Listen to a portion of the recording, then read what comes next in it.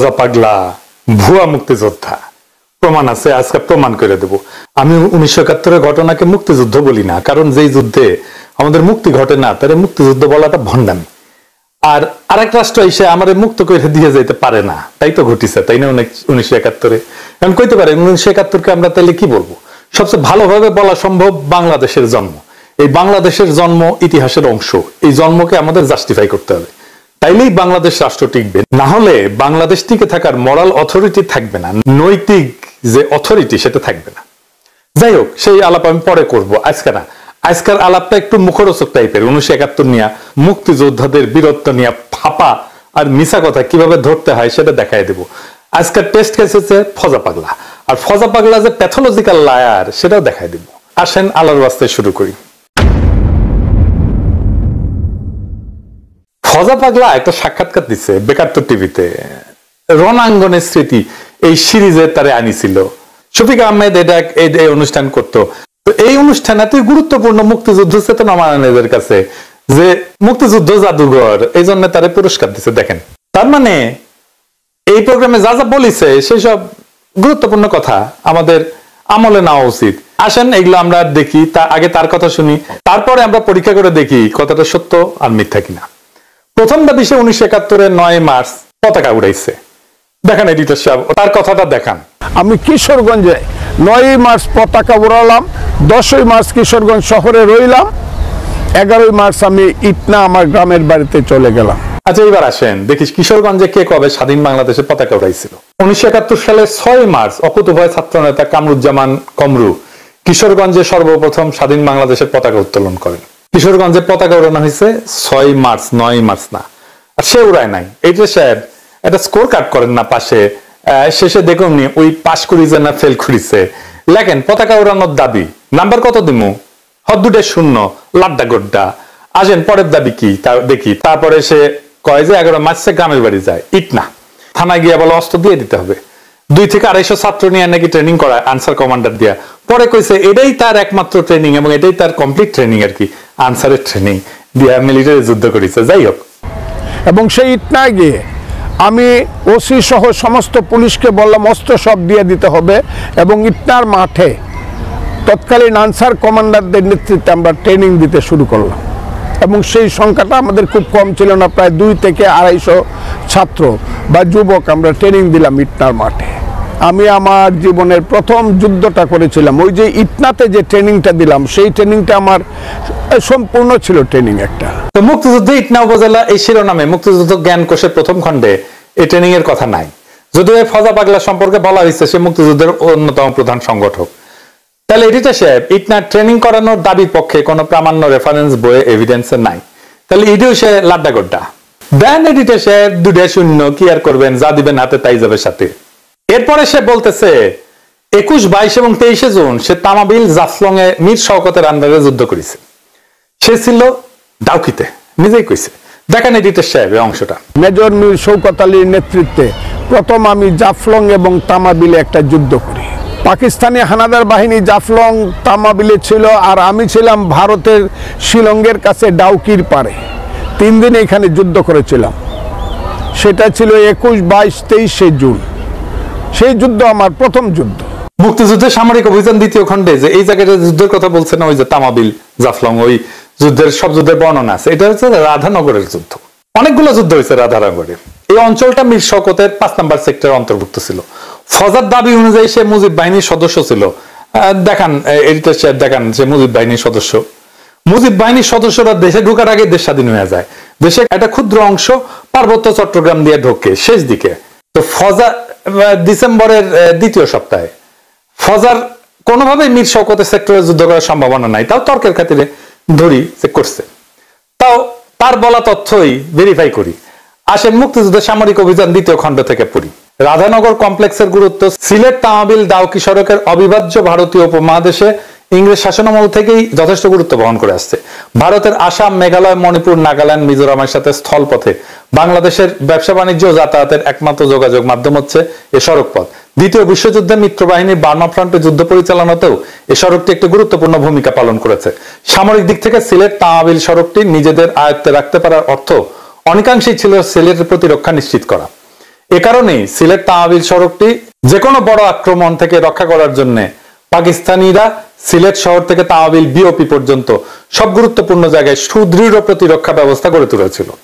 প্রতিরক্ষা অবস্থানগুলোর মধ্যে রাধানগর অবস্থানটি ছিল গুরুত্বপূর্ণ, কেননা মুক্তি বাহিনী কিংবা ভারতীয় বাহিনী যদি সিলেট তামাবিল সড়কের রক্ষণ ব্যবস্থা ফাঁকি দিয়ে সিলেট শহর পর্যন্ত পৌঁছে যায়, সে পরিস্থিতিতে রাধানগর থেকে অতি সহজে অল্প সময় সিলেট ডাউকি সড়ক পথে যে কোনো অবস্থানে আক্রমণ করা যায়। তো এই ডাউকি ঘাট অঞ্চলের অবস্থান দখল করে রাখার জন্য রাধানগর ছিল একটা গুরুত্বপূর্ণ জায়গা। সহজ ভাষায় রাধানগরের অবস্থানটা সিলেট তামাবিল ডাউকি শিলং মহাসড়কের এতই কাছে ছিল যেখান থেকে যে কোনো ধরনের বড় ধরনের বিপর্যয় ঘটানো সম্ভব ছিল।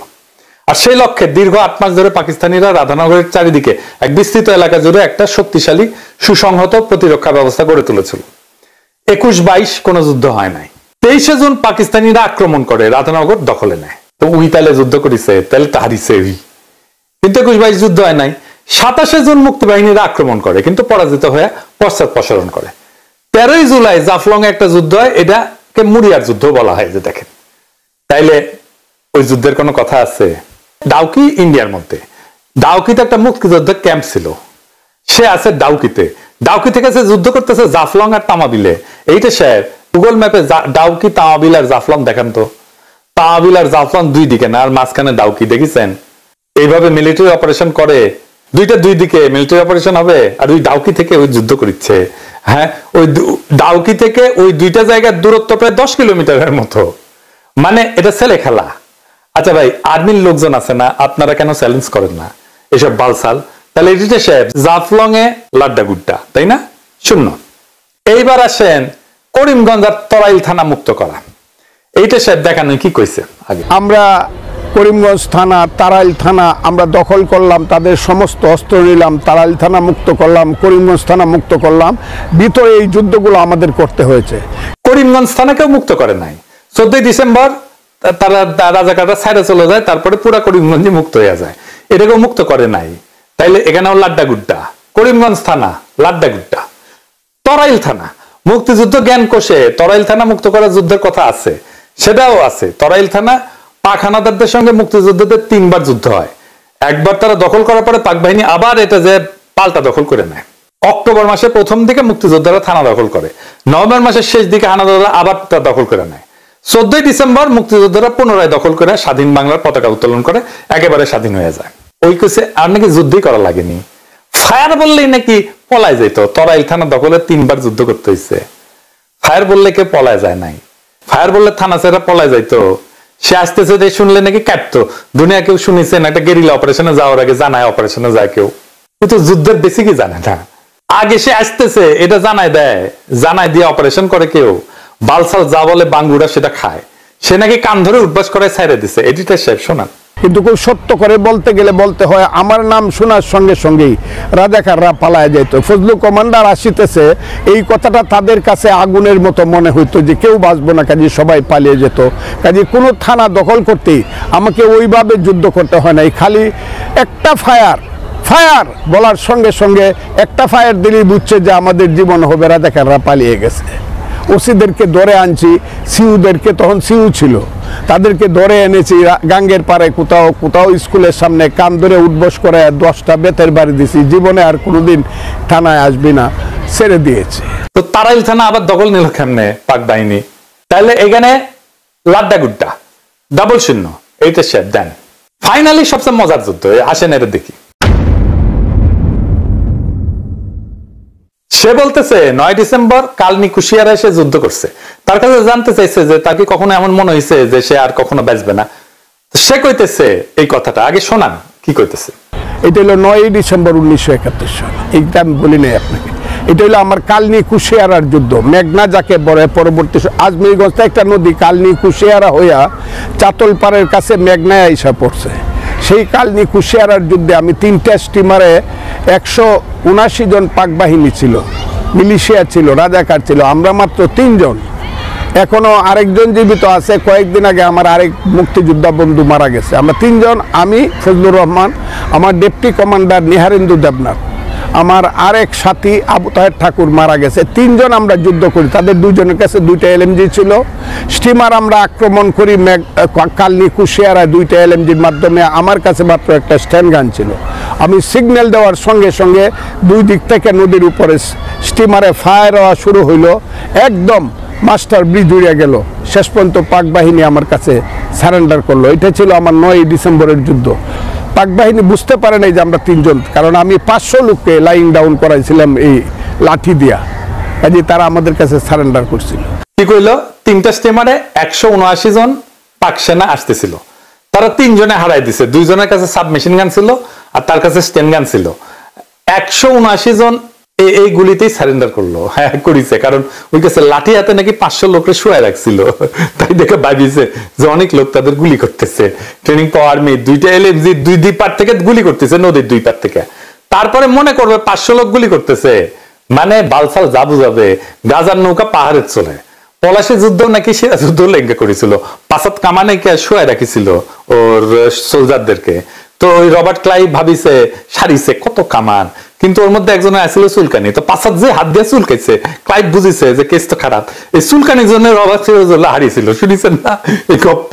চুলকানির ওষুধ বিক্রি করে যে সমস্ত হকার তাদের কাছে, এই গপ্প ওই ফজা পাগলা শুনেছিল। তাই শুনে আমাকে শুনাচ্ছে, আমাকে বাচ্চা কাচ্চা ভাবিছে। বাচ্চা কাচ্চারা এই সমস্ত গল্প করে, দামরা বুড়ারা এই সমস্ত গল্প করে, সেগুলো আবার শুনে কেউ কিছু কয় না। এই জন্যই এদের এত বার বাড়িছে। ইয়াল্লাহ দরবেশ বানায় দাও, আমি এই দুনিয়ার থাকুন না। তো এডিটর সাহেব পাশ করিছে, ওই করে নাই। দেখেন না যে বিশেষ বিবেচনায় পাস মার্ক দেওয়া যায় কিনা, দেওয়া যায় না।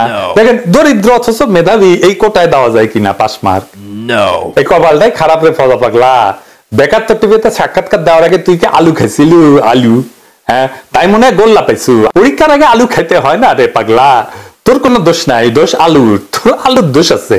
এবার ফুট, মুক্তিযুদ্ধের দু চাইতে আসিস না, তোর ভগন্দর হান্দাই দিব মুক্তিযুদ্ধ। এবার কে আসবে মুক্তিযুদ্ধ? নেক্সট।